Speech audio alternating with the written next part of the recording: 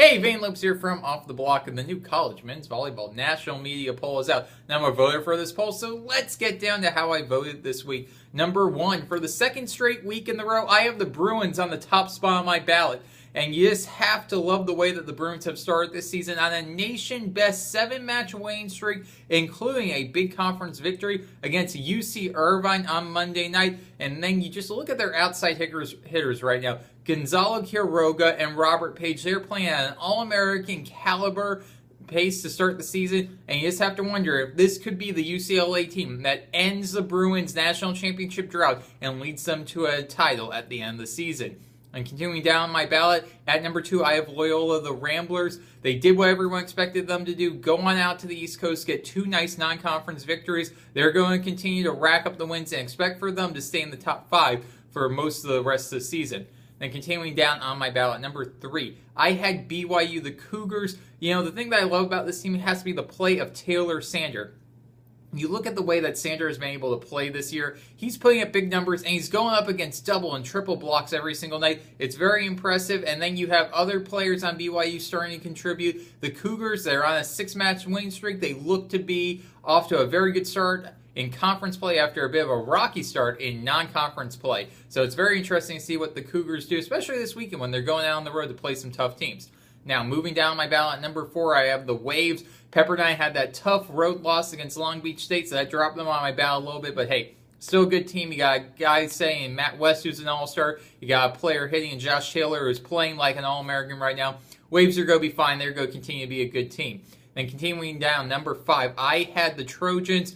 You know, USC, tough loss to Cal State Northridge and an upset. This is a young Trojans team. They're going to continue to get better, so expect big things out of Bill Ferguson's squad for the rest of the season. Then, number 6, I have Hawaii. I have them all the way up at number 6 on my ballot, and I just have to love the way that Hawaii's playing, especially at home. They're taking care of business, got 2 conference victories this weekend. Now, the big question for them, though, is going to be what can they do away from the islands? What can they do when they go to the mainland? Can they get some road victories? That's going to define this team of whether or not they're just a postseason team and a team that can contend for a national championship.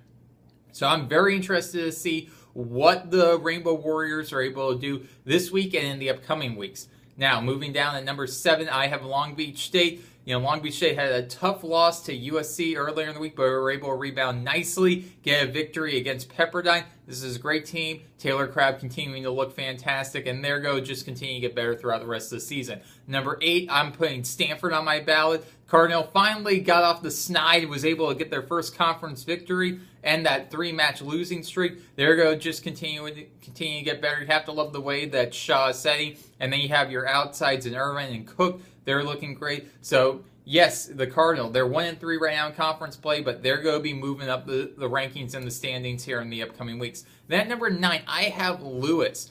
And Lewis, you know, they were able to get a nice non-conference victory earlier in the season, and they've had a little bit of a getting a little bit quiet momentum after that great start of the season. But you know what? It's been quiet, but they just continue to win. They're continuing to build up their resume, getting nice non-conference victories. So I have them number 9 on my ballot. Very interested to see what they do, though, moving into conference play moving forward. Then to round out my ballot, I have Penn State at number 10. I put them in this week. I think that the Nittany Lions are starting to find their rhythm, starting to find some momentum. I'm very interested to see what they do in the upcoming weeks as they continue their non-conference play. Well, that does it for my breakdown on how I voted this week. Be sure to get all your men's volleyball coverage by going to offtheblockblog.com.